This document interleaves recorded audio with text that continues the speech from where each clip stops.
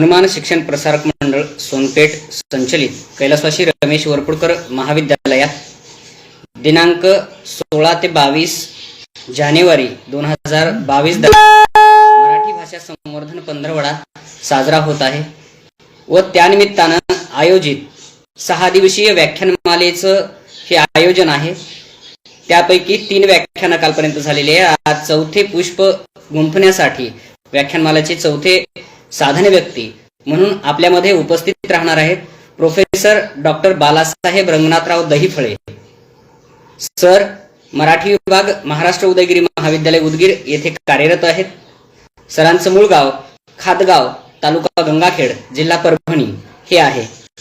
सरांचं शिक्षण MA, B.Ed, MPhil, set व PhD ही पदवी सरांनी मिळवलेली आहे। एवढं शिक्षण आहे। MPhil साठी सरांनी संत नामदेवांची चरित्राख्याने एक अभ्यास हा विषय घेऊन MPhilचं संशोधन पूर्ण केलं। सरांचं PhDचं संशोधन संत नामदेवांची अभंगवाणी एक अभ्यास या विषयावर पूर्ण आहे।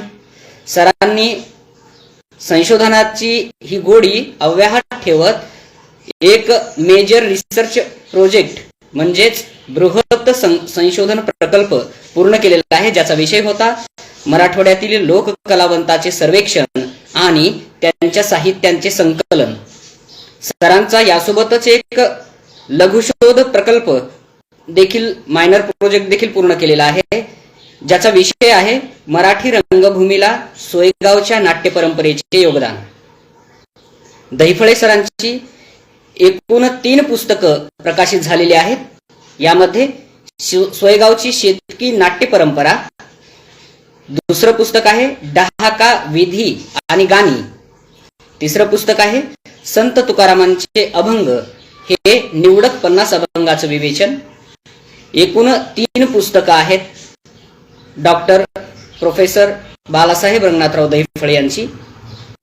आणि यातूनच असं लक्षात येतं संशोधनाच्या आवडीवरून की सरांचा संत साहित्य व लोकसाहित्य हे 2 आस्थेचे विषय राहिलेले आहेत संशोधनाच्या अंगाने।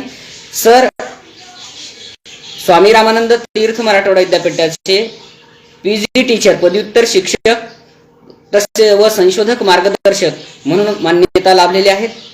सरांना यशवंतराव चव्हाण महाराष्ट्र मुक्त विद्यापीठ नाशिक येथील मान्यताप्राप्त संशोधक मार्गदर्शक म्हणून मान्यता आहे व त्या अंतर्गत 7 विद्यार्थी सरांचे YCMOU मधून MPhil पदवी पूर्ण करते झालेले आहेत। तसेच स्वामी रामानंद तीर्थ मराठवाडा विद्यापीठ नांदेडची संशोधन मार्गदर्शक म्हणून मान्यता असून सरांकडे 2 विद्यार्थी PhD करत आहेत। यासोबतच सरांचे विविध नियतकालिके, चर्चासत्रे इत्यादींमधून संशोधन लेख एकूण 45 संशोधन लेख विविध जर्नल्स मधून प्रकाशित झालेले आहेत। अशा महनीय व्यक्तिमत्व असणाऱ्या आदरणीय गुरुवर्य प्रोफेसर डॉक्टर बालासाहेब रंगनाथराव दहिफळे, मराठी विभाग, महाराष्ट्र उदयगिरी महाविद्यालय उदगीर हे आज या व्याख्यानमालेत आपल्यासमोर विषय मांडत आहेत। लोकसाहित्यातील भाषिक श्रीमंती। मी तुमच्यामध्ये व सरांमध्ये जास्त वेळ अडकाठी न बनता मी सरांना कैलासवासी रमेश वरपुडकर महाविद्यालयाच्या फेसबुक पेजवरून फेसबुक लाईव्ह व्याख्यानासाठी सादर आमंत्रित करतोय। आदरणीय गुरुवर्य professor doctor Balasaheb Dahiphale sir, धन्यवाद।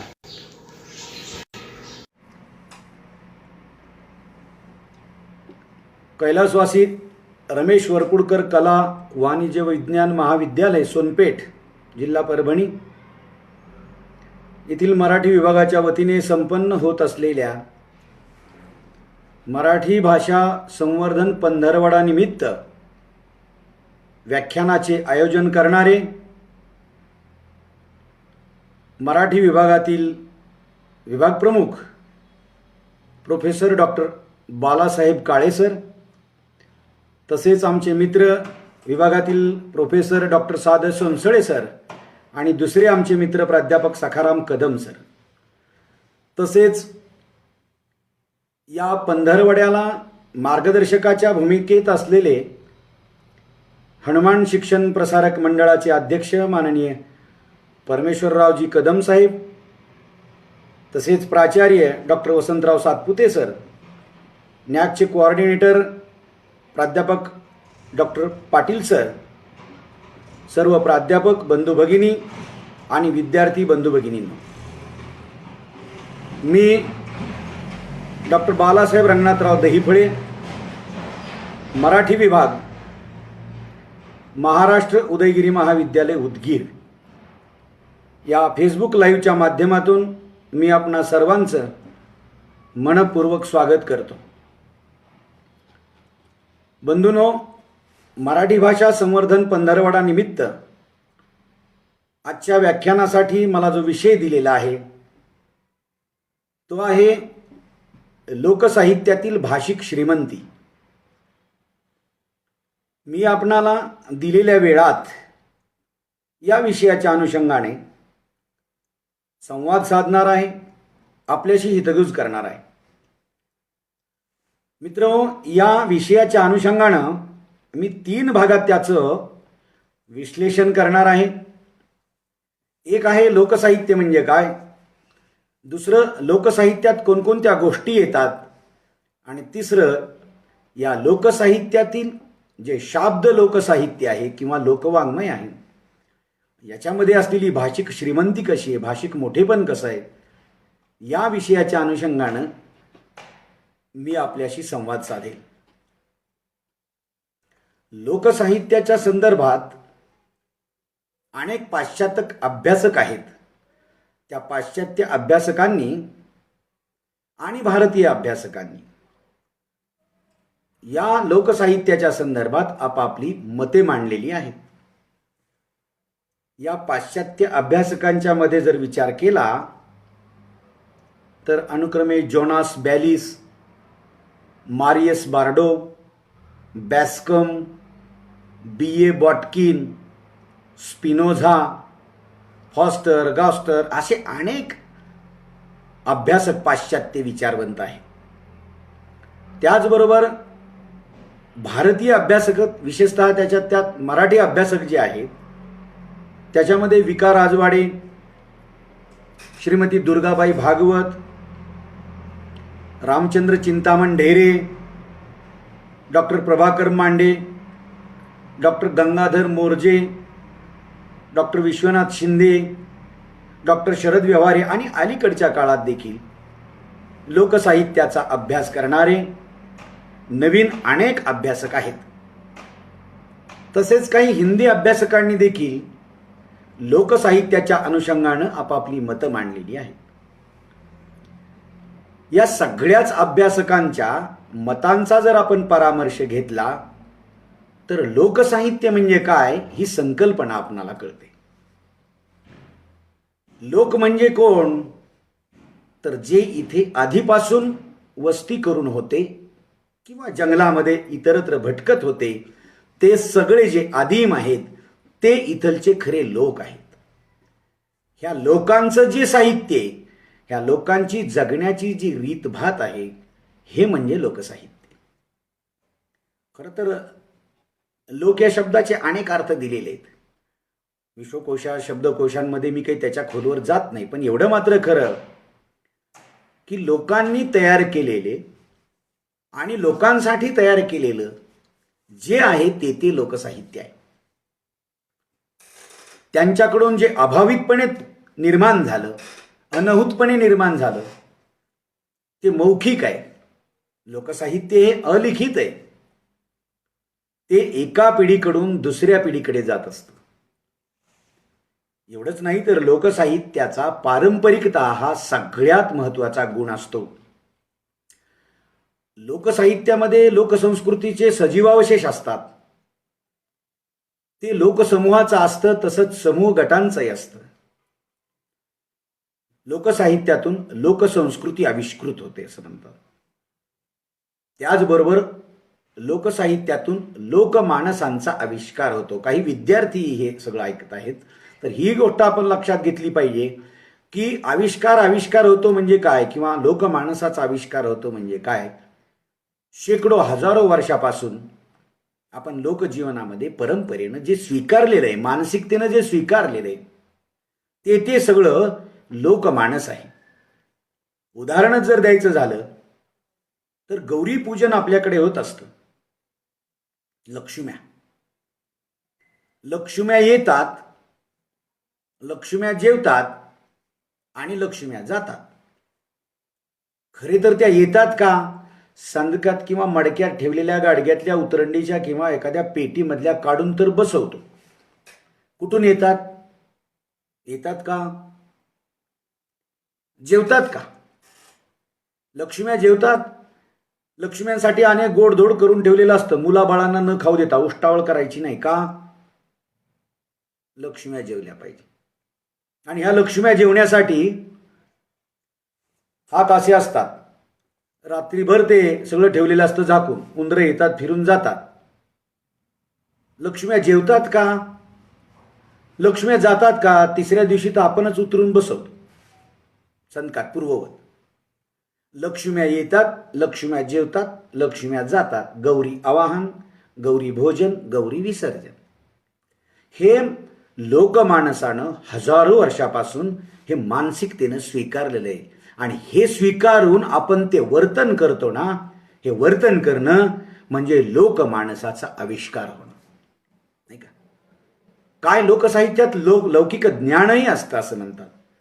शेकडो वर्षापासून परंपरेनं चालत आलेलं लौकिक ज्ञान असतं, जे लोकांच्या जीवन जगण्याशी सुसंगत असतं. आणि हे लौकिक ज्ञान जे आहे हे आजकालचं नाही, हे शेकडो वर्षापासून परंपरेनं चालत आलेलं असतं. म्हणून त्याचबरोबर लोकसाहित्य हे देखील कला आणि वाङ्मयाचा स्रोत असतं असं म्हणतात. स्रोत नाही, स्रोत असतं. स्रोत म्हणजे प्रवाह. अनेक ठिकाणी हे चुकीचे शब्द वापरले जातात. स्रोत हा शब्दच नसतो, स्तोत्र शब्द असतो. आणि स्रोत म्हणजे प्रवाह असतो. असं म्हणतात की लोकसाहित्य हे कला आणि वाङ्मय त्याच्यातून बाहेर येतं म्हणे, त्याचा प्रवाह ते चालवतं. याचं उदाहरण घ्यायचं झालं तर एका कवीची कविता आहे पहा. सूर्यनारायणा नित नेमान उगवा, अंधाराच्या दारी थोडा उजेड पाठवा. मोडक्या घराच्या बिंद्रा बनासी सांजेला, दिव्याचा आधार जडो त्याच्या संसाराला. ओंजळीनं भरू देगा पाखराच्या चोची, दुःखात असो सावली मायेची. आबादानी हो शेत भरू दे दाण्याचे, तुझ्या पालखीला शब्द बांधू तुकोबाचे. या कवीच्या ज्या पहिल्या 2 ओळीत ना ह्या लोकगीतातल्या आहेत. सूर्यनारायणा नित नेमान उगवा. किंवा दुसरं जर तुम्हाला उदाहरण द्यायचं झालं तर मी संत ज्ञानेश्वरांच्या अभंगाचं देईन. संत ज्ञानेश्वरांनी आपल्या अभंगवाणीमध्ये असं म्हटलेलं आहे, उड उड रे काऊ तुझे सोन्याने मडविन पाहू, पाहुणे पंढरीराव घरास क येते. अशी लोक समजूत होती लोकजीवनामध्ये पूर्वीच्या काळी. आता काय फोन झाले कुठूनही, कुणी केव्हा दादा येणार, काका येणार, मामा येणार हे कळतं. पण पूर्वीच्या काळी सासूरवासामध्ये नांदणाऱ्या स्त्रीला आपल्या प्रेमाचा पाहुणा किंवा दिवाळीच्या वेळेला, पंचमीच्या वेळेला न्यायला येणारा भाऊ कधी येणार आहे हे तिला कोणी सांगावं येत नव्हता हो. तिच्या घराच्या बाजूला असलेल्या आढ्यावर बसून कावळा ओरडायचा. आणि कावळा ओरडून, तो कावळा ओरडला ना आढ्यावर बसून की तिला कळत असायचं की आज माझ्या घरी माझ्या प्रेमाचा माझा भाऊ येणार आहे, पाहुणा येणार आहे. ही लोकसमजूत संत ज्ञानदेवांनी आपल्या अभंगामध्ये वापरली. आणि म्हणून ते म्हणतात, उड उड रे काऊ तुझे सोन्याने मडविन पाहू. कावळ्या, माझ्या घराच्या आढ्यावर जर आज तू ओरडून उडून गेलास तर मला पंढरीचा प्रिय पाहुणा माझ्यासाठी माझ्या घरी येणार आहे याचा संदेश मिळेल. म्हणून तू काय कर, माझ्या आढ्यावर एकदा ओरड ना. जर तसा तू केलास ना तर काय करेल. कावळ्या हे कर्कश शब्द आहे, पण ज्ञानदेवानी त्याला वाकवलं आणि लिहिलं काऊ आणि पाऊ. तुझे काळे कुळकुळीत असलेले पाय देखील मी सोन्यानं मढवून देईल. हे कावळ्या, माझ्या दारावरून जर तू उडून गेलास तर, आढ्यावरून उडून गेलास तर, एवढंच कशाला, तू नेहमी सडलेलं मांस खातोस, तर तुला मी काय करेल, दही भाताची उंडी भरवीन तुझी हे तोंडी. हे कावळ्या, म्हणजे एक लक्षात ठेवा, लोकसाहित्यातून लोककला आणि वाङ्मयाचा प्रवाह येतो, स्रोत असतं लोकसाहित्य हे. या सगळ्या विवेचनावरून आपल्याला कळेल की लोकसाहित्य कशाला म्हणायचं. लोकसाहित्यामध्ये ज्या काही बाबी येतात, ज्याचा समावेश होतो, त्या म्हणजे लोकसाहित्याची व्याप्ती एका अर्थानं त्याला म्हणतात. तिथे मौखिक आविष्कार असतो. लोकसाहित्यामध्ये मौखिक आविष्कार असतो.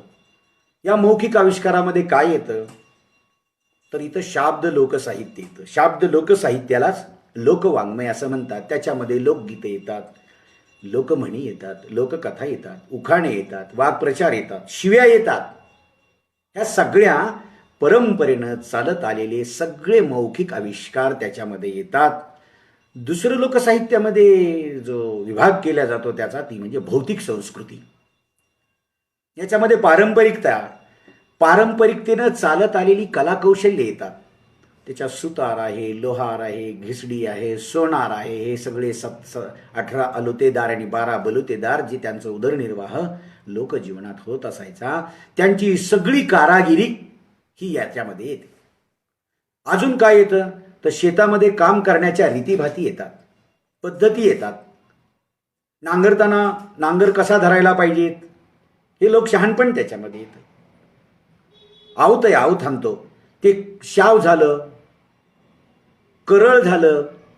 हे जे लौकिक ज्ञान आहे ना, हे लौकिक ज्ञान लोकसाहित्याच्या या भागामध्ये येतं. कुठं काही त्याचे क्लास चालत नाहीत. आऊत करळ कसं झालं म्हणजे बघायचं, हे अनुभवानं शहाणपण येतं आणि ते शेतकऱ्याच्या मुलाला शेतकऱ्याला येतं. पेरणं, बेरणं, अन्न शिजवण्याच्या रीती, लोकवैद्यक येतं. पायाला दसकट लागलं जुन्या काळात, काय करायचं, पट्टी वगैरे हे काही नाही, कडूशेंनी असते, ती बांधली की ते राहतं. हे लोकजीवनातलं जे आहे ना, हे सगळं लोकवैद्यक. किंवा ठेच लागली, पिवळ्या बोंडीचा पाला, पायाला काटा मोडला, दुखत असेल, निघाला तरी फणका मारणे, फणकाल करणे, फणका देणे, हे सगळं लोकवैद्यक आहे. हे भौतिक संस्कृतीमध्ये येतं. लोकरूढी येतात, विधी येतात, समजुती येतात. तिसऱ्या भागामध्ये लोकसाहित्याच्या लोकरूढी परंपरेनं चालत आलेली, जे काही विधी येतात, समजुती येतात. सटवाई, 5वीच्या दिवशी सटवाईकडे मूल नेताना रडू द्यायचं नाही, समजूत आहे, नाहीतर ते रडकं निघतं. 5वीच्या दिवशी बाळंतणीच्या घरामध्ये जिथं तिला ठेवलेलं असतं, त्या घरामध्ये दिवा तेवत ठेवायचा. कारण सटवी येते म्हणे, ती काहीतरी कपाळावर लिहिते, ती येताना तिला दिसलं पाहिजे, अडखळून पडली तर काहीतरी वाईट लिहील. ही लोक समजूत. त्याच्या पाठीमाग असलेली विधी, खेळणे, पाळणे, वाहणे, सटवाईला परंपरेनं रूढीनुसार ते वाहतात, म्हणून ते तसेच करून वाहणे. ह्या गोष्टी लोकसाहित्याच्या तिसऱ्या लोकरूढी विधी समजुतीमध्ये येतात. आणि लोकसाहित्याच्या भागामध्ये शेवटचा जो विषय असतो तो म्हणजे प्रयोगसिद्ध लोककला किंवा प्रयोगात्मक लोककला. याच्यामध्ये सगळ्या लोककला येतात. अगदी गोंधळ, जागरण, गोंधळ, डहाक, भराड, पोतराजाचा, ह्या सगळ्या गोष्टी इथे येतात. गोंधणं येतं, भिंतीवरचं चित्र काढणं येतं. विशिष्ट सणांच्या वेळेला ते काढली जात असायची. आता एक लक्षात ठेवा, ह्या सगळ्या चर्चेच्या अंती आपल्या लक्षात येतं की यातलं जे लोकसाहित्यातील ही जी लोकभाषा आहे का नाही, ही लोकांची असते. त्यामुळे ही लोकभाषा प्रमाण भाषेपेक्षा निश्चितपणे वेगळी असते. तिच्यामध्ये जिवंतपणा आहे. हिच्यातील शब्द जे असतात का, हे शब्द प्रत्यक्षात चालते बोलते असतात. उच्चारण प्रत्यक्षात बोलते असतात, तर अर्थाने प्रत्यक्षात चालते असतात. लक्षात ठेवा, चालते आणि बोलते, बोलते आणि चालते. बोलते म्हणजे प्रत्यक्षात बोलण्यात अस्तित्वात असलेले, आणि चालते म्हणजे चालू किंवा रूढ असलेले शब्द असतात. म्हणून प्रत्यक्षात वापरात असलेले शब्द किंवा वाक्य आपण जे बोलतो ना, तेव्हा ते सजीव असतात, जिवंत असतात. तेच वाक्य व्याकरणात असेपर्यंत ते मृतावस्थेत असतं. पण तेच शब्द किंवा वाक्य जेव्हा प्रत्यक्षात वापरलं जातं, त्यात जीव ओतला जातो, जीव उतरतो, तेव्हा ते जिवंत होतं. आणि म्हणूनच बोलण्यातील भाषेला जिवंत भाषा म्हणतात. अशी ही भाषा लोकसाहित्याची किंवा शाब्द लोकसाहित्याची ही भाषा असते. एकच शब्द आपणाला उच्चाराच्या दृष्टीने मी अनेक रूपात आढळताना कसा असतो ते सांगतो, म्हणजे भाषेचं वैभव लोकसाहित्यातल्या आपणाला कळेल, त्या भाषेची श्रीमंती कळेल. मृग हा एकच शब्द आहे, मृग. परंतु 80% लोक जनता ही ग्रामीण भागात राहते, शेती आणि शेतीनिष्ठ त्याच्यावर जगते, जीवन जगते. कधीच मृग नक्षत्र आलं ते म्हणत नाहीत, मृग निघाला नाहीत म्हणत. मिरग निघाला, मुरग निघाला, मृग निघाला, मृग निघाला, अशा वेगळ्या रूपात. आणि ही बोलती भाषा आहे, ही लोकसाहित्यातली भाषा आहे. हृदय हा शब्द आहे, शुद्ध शब्द आहे हृदय. पण ग्रामीण भागात हृदय नाहीत वापरत. हृदय, हृदय, हृदय, हृदय, हृदय. आणि हे सगळे लोकगीतामध्ये शब्द येतात. भ्रतार, भ्रतार हा शुद्ध शब्द आहे. पण भरताराला काय सांगू माझ्या, त्याच्या नाकामंदी वारं गेलं. भरतार, भिरतार, भिरी भिरी फिरतो माझा भिरतार, हे जे लोकशब्द आहेत. किंवा पतिव्रता, पतिव्रता हा शब्द नाहीत वापर. पतिव्रता, पतिव्रता, पतिव्रता नाही. अमृत हा शब्द आहे, अमृत. कोण ग्रामीण भागात म्हणतं अमृत? अमृत कोण म्हणतं? अंबरीत, अंबुरत, अमृत, अमृत, अमिरत, असे शब्दप्रयोग असतात. ओवी असते, ओवी. जात्यावर ओवी गाते स्त्री, ती म्हणत नाही ओवी गा. ववी गाय की वई, वई एक वई म्हण, वई म्हण, नाही का? आपल्याकडचा एक हमेशा शब्द असतो पहा, व्याही, व्याही. काय चाललं इवाई, इवाय, इवाई, हे शब्दप्रयोग असतात. आपण लक्षात घ्या की उच्चारात मी जे शब्द वापरले हे 80% ग्रामीण भागातली जनता हेच वापरते. आणि हेच लोकजीवन आहे, त्यांच्या जगण्यातलं, त्यांच्या रीतीभातीतलं. इवाई भेट झाली का नाही? कोण म्हणतो लग्नामध्ये व्याही आले की नाही, व्याही भेट झाली का नाही? आताच्या शहरामधल्या लग्नात तर व्याही भेटच नाही, डायरेक्ट लग्न. अहो व्याही भेट असते, व्याही भेटेच्या वेळेला शेवटची व्याही भेट मोठमोठे खडे साखरेचे खडे तोंडात व्याही, व्याही, इवाई, इवाई घालतात आणि डोक्यावर पापड ठेवतात आणि मग बुक्की मारतात, नाही का? हे लोकजीवन आहे. आणि या उच्चारातले अनेक शब्द हे लोकजीवनातले ह्या लोकभाषेत, लोकसाहित्यात असतात. आणि म्हणून लोकसाहित्याची भाषा किंवा लोकसाहित्याची भाषिक श्रीमंती ही अप्रतिम आहे, समृद्ध आहे ती. आता हे जे शाब्द लोकसाहित्य आहे त्यात येणाऱ्या काही लोकगीतातलं जर उदाहरण आपण पाहिली तर त्यातली भाषिक श्रीमंती किंवा त्यातली समृद्धता ही आपल्या लक्षात येईल. बघा, आता आपल्याकडे लोकगीतांच्या अनुषंगानं जर विचार केला तर देव आणि भक्तांचं नातं जे आहे ना हे खूप वेगळं आहे. पण रुक्मिणी जी आहे का नाही, ती देवावरच विश्वास करत नाही हो. जनाबाई ही आमच्या गंगाखेडची देवाची इतकी जवळची ही भक्ती, नामदेवाच्या घरी करुंडा आणि दमा ह्या जनाबाईच्या आई वडिलांनी तिला पंढरपूरला दामाशेट्टींच्या घरी नेऊन सोडलं. ही जनाबाई दामाशेट्टीच्या घरी काय काय काम करते, सडा संमार्जन करते, दळण दळते पहाटेपासून, पाणी आणते, स्वयंपाक करते. किती लोकांचा? 14 लोकांचा. 14 लोक नामदेवांच्या घरी राहत होती. दामाशेट्टी, आऊबाई, लिंबाबाई बहीण, आऊबाई, गोनाई, राजाई. नामदेवाची 4 मुलं होती, नारा, गोंधा, विठा आणि महादा. 4 सुना होत्या, लाडाई, गोडाई, येसाई आणि साखराई. जनाबाई 15वी. इतक्यांचं ती करत होती. आणि हे सगळं कष्टप्रद असलेलं जीवन ती नामदेवांच्या सोबत आयुष्य गात होती, जगत होती. आणि देव प्रत्यक्ष पांडुरंग म्हणे रुक्मिणीला विचार. रुक्मिणी देवावर शंका घेते, हो ती सतत जनाबाईच्याच तू मंदिरात, जनाबाई तुझ्या मंदिरात कशी असते देवा? विठ्ठला सांग बरं मला. रुक्मिणी विचारिती देवा जनीचं काय नातं. हे लोकगीत आहे, हे लक्षात ठेवा. हे स्त्रियांनी जनाबाई, देव, नामदेव या सगळ्यांना बोलतं करण्याचं काम केलं. रुक्मिणी विचारिती देवा जनीचं काय नातं. विठ्ठल सांगी तो पाखरू वस्तीला आलं होतं. काय सांगू तुला, अगं ते धर्माचं लेकरू आहे, पाखरू आहे ते, त्याला कोणी थारा नाही. जनामाय धुन धुती विठ्ठल खडकावरे उभा. दोघाच्या ग पिरतीनं खळाळली चंद्रभागा. चंद्रभागेच्या पाण्याला झाली जनाई घाबरी. सावळा ग पांडुरंग घेतो आडव्या घागरी. रुक्मिणी म्हणी ती गेली देवाची अक्कल. सोडून शाल जोडी घेतो जनीची वाकळ. रुक्मिणी म्हणी ती देवा फराळाचं काय केलं. फराळाचं दिलं होतं तुम्हाला देवा, काय केलं. देऊन तो स्त्रिया म्हणतात ग्रामीण देवा लगा आवडलं जनाईचं ताकशिळ. रुक्मिणी म्हणी देवा तुम्हासी लाज थोडी. जनीच्या मंदिरात वाकळाची काय गोडी.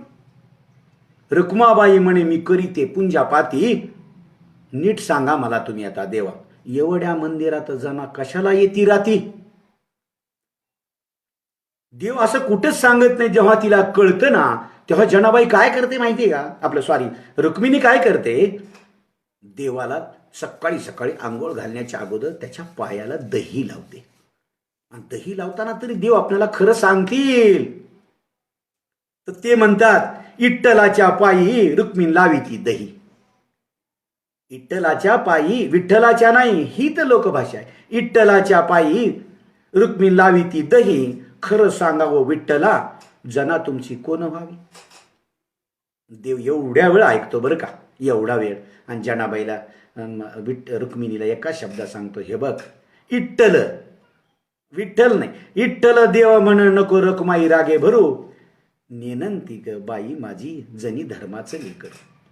ही जनाबाई धर्माचं लेकरू आहे ग. तिच्या आई वडिलांनी तिला माझ्याकडे हवाली केलंय. तुला कसं कळत नाही. तिच्यावर कसा काय तू आरोप करतेस, असं देव रुक्मिणीला प्रत्यक्ष सांगायला लागतो. याच्यामधले अनेक शब्द, खडकावर हे उभा, वस्तीला, हुत, पिरतीनं, हे आडव्या घागरी घेणं, घाबरी होणं, वाकळ, पुंजापाती, ह्या सगळी जी शब्द कळा आहे ना, ही लोकभाषेची शब्द कळा. आपल्या ह्या सगळ्या लोकजीवनामध्ये हे सगळी जे शब्द सामर्थ्य, हे लोकसाहित्यातली ही भाषिक श्रीमंती जी आहे ही आपल्याला कळते. पहा, जुन्या शेकडो हजारो वर्षापासून आपल्याकडे अनेक गोष्टी पती पत्नीच्या संवादाच्या असायच्या. शंकराच्या प्रत्येक शब्दाला पार्वती उत्तर देते म्हणे. काय म्हणते, पार्वती शंकराला प्रत्येक शब्दाला उत्तर देते. पार्वतीवर शंकर आरोप करतो. बघा, ऐका ऐका हो शंकरा बोलाचा अर्थ करा. शंकर म्हणतो ऐक ऐक ग पार्वती बोलाचे अर्थ किती. ऐका ऐका हो महादेवा बोलाचा अर्थ घ्यावा. काय तुम्हाला पाहिजे ते सांगा, मी तुम्हाला त्याचे सगळे अर्थ सांगते, सांगा. शंकर पार्वतीला म्हणतो कुणाला ग सोडित होतीस, कुणाला ग बांधित होतीस, कुणाला हाती धरून रंगमहाली जात होतीस. आता पार्वतीला हे शंकर विचारतो तेव्हा पार्वती म्हणते अहो शंकरा इतकं काय माझ्यावर तुम्ही आरोप करताय. अहो मी गाईला मी बांधित होते, वासराला सोडित होते आणि दुधाची चरवी घेऊन रंगमहाली जात होते. खरं तर हे गीत आहे ना, हे असं तालात म्हणायचं पाहिजे, तालात. पुन्हा ते म्हणतो, शंकर म्हणतो कुणाला ग वारीत होतीस, कुणाला ग बुडवीत होतीस, कुणाच्या गळ्यावर हात ठेवून चालत होती. हे असं ते संगीत आहे त्याचं. मग ते शंकर म्हणतो, असं म्हटल्याबरोबर पार्वती म्हणते अहो किती संशयी तुम्ही. पाण्याला मी वारीत होते, घागरीला बुडवीत होते, घागरीच्या गळ्यावर हात ठेवून चालत होते. घ्या. पुन्हा शंकर थांबत नाही. काय तू घालत होतीस, काय तू लावत होतीस, कुणाच्या ग मुखाकडं पाहून तू हसत होतीस.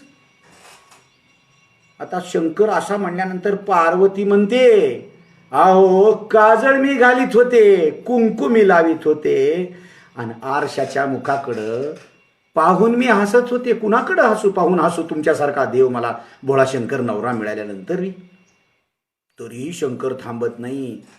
तो म्हणतो, कुणाला ग दिला हात, कुणाला ग दिला पाय, कुणाच्या ग गादीवर राज्य तू करीत होतीस? ऐका आता शंकरा, शेवटचं तुम्हाला सांगते. कासाराला दिला हात, सोनाराला दिला पाय, देवाच्या हो गादीवर राज्य मी करीत होते. अहो तुमच्यासारखा पती मला मी कुणाच्या गादीवर राज्य करू अजून? म्हणजे शंकर पार्वतीचा संवाद देखील ग्रामजीवनातल्या या स्त्रियांनी बोलता केला. काय प्रत्यक्ष शंकर आणि पार्वती बोलतायत काय? तुमच्या माझ्या ग्रामीण भागामध्ये शंकर पार्वतीला जीवाजतन सांभाळणाऱ्या स्त्रियांच्या लोकमानसाचं प्रतीक इथं व्यक्त होतं. आणि म्हणून शंकर पार्वतीच्या या संवादातून लोकजीवनाचं दर्शन घडतं. खरे तर अशा अनेक कथा आपल्या ओवी गीतातून स्त्रियांनी गायलेल्या आहेत. कितीतरी अशा ओव्या आहेत, कितीतरी अशी लोकगीतं आहेत. ही सगळी लोकगीतं आपण आपल्या या स्त्रियांनी, महाराष्ट्रीयन भारतीय स्त्रियांनी लोक जतन करून ठेवलेली आपणाला पाहायला मिळतील. तुम्हाला माहीत आहे की सीतेसारख्या नारीला देखील किती वनवास आला. सगळं रामायण जर तुम्ही बघितलं तर रामायणाच्या अनेक गोष्टी तुम्हाला माहीत असतील. आणि असं म्हणतात की रामायणातल्या या सबंध कथा स्त्रियांनी आपल्या ओवी गीतातून गायित होत्या, शेकडो हजारो वर्षापासून गात होत्या, आणि सुज्ञाने त्याला एकत्र करून लिहिल्या. हा आरोप असू शकतो बरं, परंतु एक लक्षात ठेवा, ज्या अडाणी अनफड ग्रामीण भागात जगणाऱ्या माय माऊलींना, रोजचं कष्टाचं जीवन जगणाऱ्या, 2 वेळची भाजी भाकरीची पंचायत असलेल्या स्त्रियांनी, जिथं लेखनच अस्तित्वात नव्हतं, तेव्हा यांना कथा कुणी सांगितल्या? कुठंच रामायण त्यांनी ऐकलं? अहो ग्रामीण भागात रामायण, नाथांचं रामायण जे लावल्या जातं ते लेखन वगैरे हे सगळं अस्तित्वात आल्यानंतर ना, पण याच्या आधी शेकडो हजारो वर्षापासून हे आहे ना. आणि मग म्हणून राम आणि सीतेचं हे जगणं आहे ना, हे स्त्रियांनी बोलकं केलं. सीता ही रामापेक्षा किती हिरकणी आहे हे सांगण्याचा प्रयत्न केला. राम किती कच्च्या कानाचा आहे हे सांगण्याचा प्रयत्न केला. सीता संगती वनवास राम ऐकून घेईना. अहो सीता सांगते हो, आपला वनवास सांगते. भरल्या सभेच्या पाणी डोळ्या येईना. सभा भरलेली, सभेत असं ठरतंय की राम सोडून सीता 14 वर्ष रावणाच्या तिथे राहिली अशोकवनात. कुच्चरवट्यावर लोक बोलतात ती चांगली असेल का, राहिली असेल का? रामही त्या तिथं बैठकीत, आता बैठक बसलेली आहे, सभा भरलेली, सीतेला ठेवायचं का हाकलायचं? आणि सीतेला हाकलण्याचं ठरलं. सीताबाई वनवासी रथ येशीला थाटला, सीताबाईला घालवाया राम सभेचा उठला. तो म्हणतो काही नाही, तू चाल. रथ तिचा उभा केला आणि तिला पाठवून द्यायची तयारी झाली. सीता गेली वनात. हो हे बघा, त्या शब्दातलं सामर्थ्य इतकंही असं गोंजारून ओजारून त्या स्त्रिया लगेच असं पाहलाळ लावत नाहीत. लगेच सीता गेली वनात. सीताबाई वनवासी दगडाची केली उशी.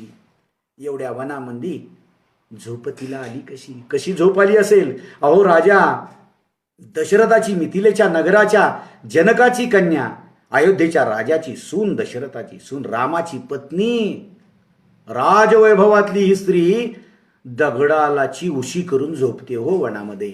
रामानं हाकलून द्यावं का? कथा जरी असली तरी रामानं हाकलून द्यावं का? सीताबाई वनवासी दगडाची केली उशी. एवढ्या वनामध्ये तिला झोप आली कशी? एवढ्या वनामध्ये काय दिसत लाल लाल? सीताबाई बाळा तिनं लुगड्याचं दिलं पाल. लाल लुगडं आहे, दुसरं काही नाही तिच्याकडे. एक लुगड्याचं पाल दिलं, पाल तयार केलं आणि सीताबाई त्याच्यात बाळंतीन झाली. सीतामाये बाळंतीनं तिनं तणांची केली शेज. तण टाकलं, गवत त्याची शेज केली. सीताबाई बोल लवांकुशा बाळा निज. लवांकुश झाली, बाळा तू निज. सीताबाई बाळातीनं झाली गोसाव्याच्या मठी. चिच चाग पाला वाटी, लवांकुशा देती गुठी घुटी घुटी. बघा हे एवढं सामर्थ्य या लोकगीतातल्या शब्दात आहे. हे सौंदर्य आहे. हे भाषेतलं या स्त्रियांनी ओतलेलं सौंदर्य आहे. हे लोकजीवनातलं सगळं तुमच्या माझ्या लोकजीवनाला भरून नेणार आहे. एवढंच नाही तर ती शेवटी स्त्रिया म्हणतात, एवढा वनवास सीता सारख्या नारीला. ग्रामीण भागात आत्महत्या करू नये म्हणून ग्राम जीवनातल्या स्त्रियांना सीतेचा वनवास स्त्रिया सांगतात. हे बघ जनाबाई, तुला काही जास्त वनवास नाही. हे बघ कुशावर्ता, तुला काही जास्त वनवास नाही. सीता, अगं रामाची बायको, दशरथाची सून, अगं त्या जनकाची मुलगी, राजवाड्यात जगलेली, तिच्या आयुष्याला वाटायला काय आलं? नवरा किती कसा निघाला, हकलून दिलं ना त्याला. 14 वर्ष त्यावर नवऱ्याची वाट बघणाऱ्या स्त्रीला हकलून दिलं. एवढा वनवास सीता सारिक्या नारीला, 12 दिवसाची बाळा तिनं 2 बाळू तिनं दिला. 12 दिवस झाले हो स्वतःच बाळांत घेऊन जाते. आणि मग स्त्रिया म्हणतात शेवटचं खूप मतितार्थ आहे त्याच्यामध्ये, खूप त्याच्यामध्ये भरू नये. काय म्हणतात? राम ग म्हणू राम नाही सीतेच्या तोलाचा. राम ग म्हणू बाई राम नाही सीतेच्या तोलाचा. सीता माये हिरकणी राम हलक्या दिलाचा. रामाचं मन कसं आहे? हलका आहे, कच्च्या कानाचा आहे, लोकांचा ऐकतो. देव जरी असला राम, तर देवाला सुद्धा खोट्या गोष्टीत, वाईट वर्तनामध्ये त्याला सुद्धा माफ न करणाऱ्या या स्त्रियांची ही लोकगाणी आहेत. आणि म्हणून हे लोकजीवनाचं खूप मोठं वैभव या स्त्रियांच्या गीतामध्ये आहे, भाषिक सौंदर्यामध्ये आहे. मला असे अनेक उदाहरणांच्या माध्यमातून तुम्हाला सांगता येतील.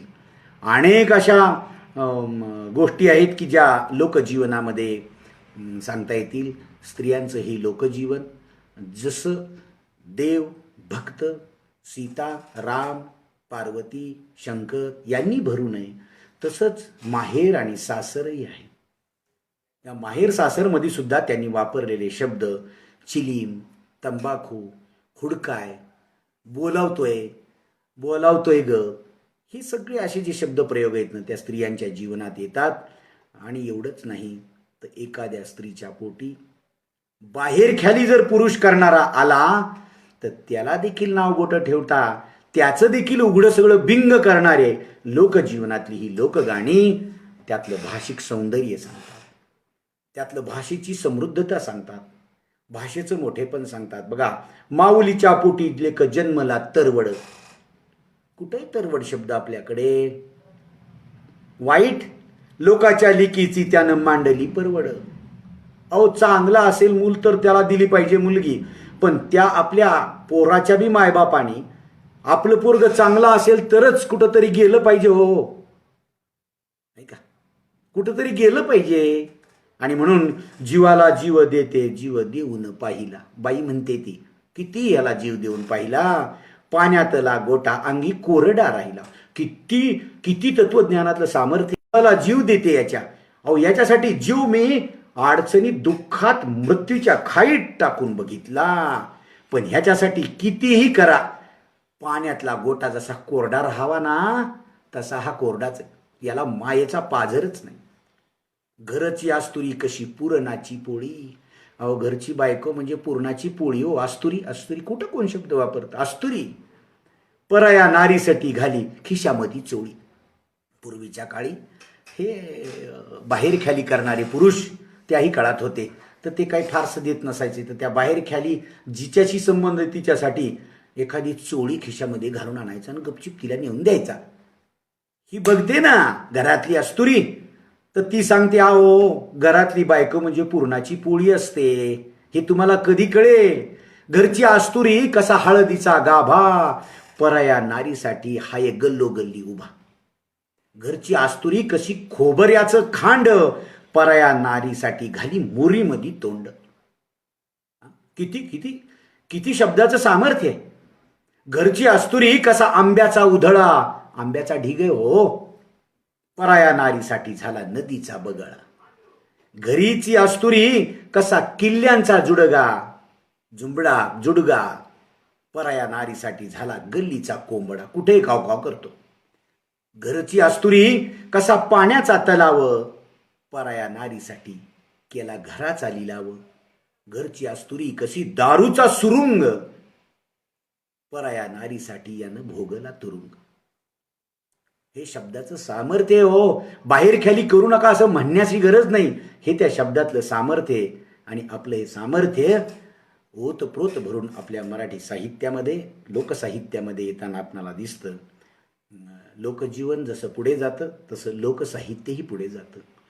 तुम्हाला माहीत असेल की आपणाला हजारो वर्षापासून जे चालू आहे की आपल्याकडे दिवा लावला की नमस्कार करण्याची रीत आहे. लाईट लागला की आता नमस्कार करतात. बसमध्ये असताना बसची लाईट लागली तरी लोक एकमेकाला नमस्कार करतात. त्या दिव्याच्या, ज्योतीच्या म्हणजेच प्रकाशाच्या तत्वाला आमचा नमस्कार असतो. लोकजीवन हा मुख्य प्रवाह चालत राहतो आणि एक विशिष्ट तत्व घेऊन लोकसाहित्य चालतं. लोकजीवन जसं बदलतं तसं लोकसाहित्य बदलायलाही लागतं. पूर्वीच्या काळी असं होतं पहा, उचलली जीभ लावली टाळला, उचलली जीभ लावली टाळला. आता तसं नाही, उचलला मोबाईल लावला कानाला. हे आलं ना नवीन नवीन म्हणी आल्या. सोनपेठच्या आमच्या गंगाखेडच्या जवळून रेल्वे जाते. रेल्वे काही अगोदर होती का? लोकगीते आधी होती. पण रेल्वे आली की त्या काळात काम वगैरे करणाऱ्या शेतातल्या बायांनी त्या रेल्वेला बघितलं आणि रेल्वेवरची लोकगीतं आली. गावोगाव सडका बांधिल्या, दोरीच्या नीट दोरीच्या बळ, अंतरले रुळ मातली कळ, बिन बैलाची गाडी पळ, आगीन गाडी बहुतातडी, अंग्रेजी मौजे लाई, दोन्हीची जोडी. बघा, दोन रूळ अंतरलेले, कळ मातलेली, त्याच्यात कळ आहे. बिन बैलाची गाडी पळ, दोरीच्या नीट, दोन रुळ आहेत. आणि गावोगाव अशी जंगलावरती रुळ गाडी, रुळावरची आगीन गाडी जाते. बहुताथडी, अंग्रेजी लाई, अंग्रेजी मौजे लाई, इंग्रजांनी ती गाडी आणली. अशा आशयाचं वर्णन देखील लोकसाहित्यामध्ये आलं. माणसांनी, स्त्रियांनी, अशिक्षित स्त्रियांनी निंदत खुरपत असताना पुरुषांची गाणी आहेत पण ती खूप थोडी आहेत, बोटावर मोजण्या एवढी आहेत. लोकगीत म्हटलं की स्त्रियांचीच गाणी आणि त्याच्यातलं हे लोकवैभव आहे. हे स्त्रियांचं लोकवैभव आहे, भरून उरणारं लोकवैभव आहे. आणि म्हणून आरिंग मिरिंग लावंगा तिरिंग डुब डुब बाजा गाय गोप शान ठोक डंगी डोळा पाची व टुमटले सोळा. गेलं, खेळ होता खेळत होते, गेलं आता घ्या. कुठे आता कुठे खेळतात हे? एकी मिठ डोकाटोला तिडी मिठी चौकनाल्या पाचीपुदी शामीन डोळा गोळा. कुठे विटी दांडू? मोबाईलवर गेम करतं खेळतं पोरग देखील. नाही तर उभा राहिलं तर बॅट घेऊन आणि बॉल घेऊन. अहो बॉल बॅट हे काय आजचा नव्हता. कृष्ण सुद्धा खेळत होता म्हणे. संत नामदेव 12व्या-13व्या शतकात लिहितात. खेळ खेळू चेंडू फळी, चेंडू गेला यमुना पाबळी. चेंडू फळी काय? आमचं आम्ही लोकजीवन अजून नीट तपासलंच नाही. आम्ही बाहेरच्या देशाकडे बघितलं आणि त्याचा शोधण्याचा प्रयत्न केला नाही का. आणि म्हणून या लोकसाहित्यामधलं हे लोकवैभव, लोकसाहित्यातली जी भाषिक श्रीमंती आहे ही खूप ओतप्रोत भरून आहे. मी आपणाला जवळपास एक अर्धा पाऊण तास या विषयाच्या अनुषंगानं विवेचन केलेलं आहे. आणि एकूणच लोकसाहित्य आणि लोकसाहित्यातील भाषिक श्रीमंती सांगण्याचा प्रयत्न केला. मला कैलासवासी रमेश वरपुडकर कला वाणिज्य महाविद्यालय सोनपेठ येथील Kale sir, Sonsale sir, Sakaram Kadam sir यांनी जी मला हा विषय मांडण्याची संधी दिली त्याबद्दल मी त्यांचे आभार मानतो आणि माझं हे थोडक्यात व्याख्यान संपवतो. धन्यवाद.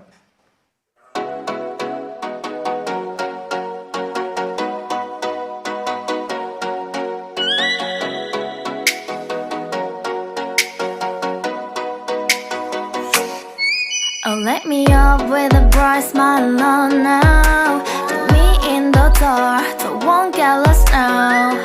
To the moonlight, I